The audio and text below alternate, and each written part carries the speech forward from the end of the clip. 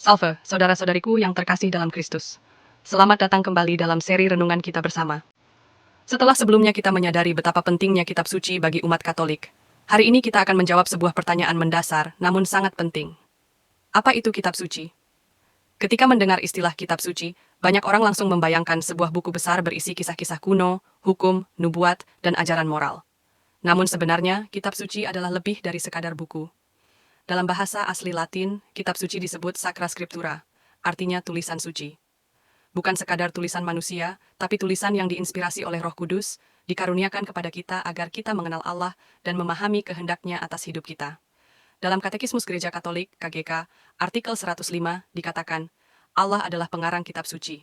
Realitas dan kata-kata yang diungkapkan dalam kitab suci ditulis atas ilham Roh Kudus.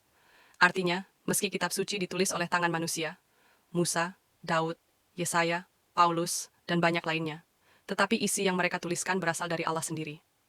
Roh Kudus bekerja melalui manusia dengan tetap menghormati kepribadian, budaya, dan latar belakang mereka. Hasilnya, sabda Allah dalam bahasa manusia. Kitab suci terdiri dari dua bagian utama, Perjanjian Lama dan Perjanjian Baru.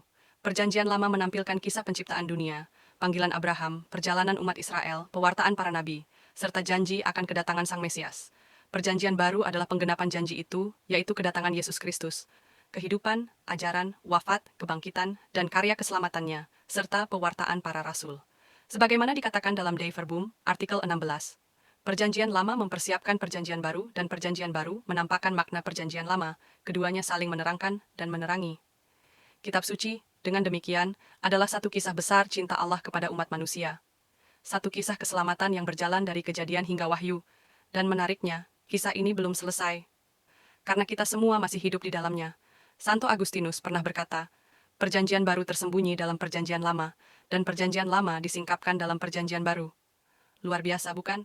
Saudara-saudariku, kitab suci tidak boleh dipahami seperti ensiklopedia atau buku sejarah semata.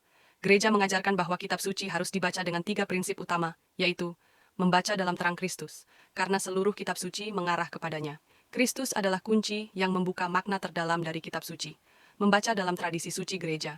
Gereja Katolik tidak hanya mengandalkan kitab suci, tapi juga tradisi suci yang hidup. Keduanya adalah satu sumber wahyu Allah, Lih, Dei Verbum Zehn. Membaca dengan bantuan magisterium gereja. Agar kita tidak menafsirkan kitab suci secara sembarangan, gereja memberikan bimbingan lewat ajaran resmi para uskup bersama paus. Karena itu, gereja mengingatkan kita agar tidak jatuh pada tafsir pribadi yang sesat. Saint Petrus sendiri berkata dalam 2 Petrus 1:20-21, yang terutama harus kamu ketahui bahwa tidak ada nubuat dalam kitab suci yang boleh ditafsirkan menurut kehendak sendiri. Saudara-saudariku, jika kita ingin mengenal Allah, mendengar suaranya, dan berjalan dalam terang kebenaran, maka membaca dan merenungkan kitab suci adalah jalan yang tak tergantikan. Kitab suci adalah surat cinta dari Allah kepada kita. Setiap halaman, setiap kisah, setiap sabda adalah bisikan lembut dari Bapa Surgawi yang menginginkan kita kembali pulang. Maka hari ini, bukalah kitab suci bukan karena kewajiban, tetapi karena kerinduan. Kerinduan untuk mengenal Allah dan untuk semakin mengerti siapa kita di matanya. Sampai jumpa di episode berikutnya. Tetap semangat membaca kitab suci, dan biarlah firman Tuhan membentuk dan menghidupi hati kita setiap hari. Tuhan memberkati.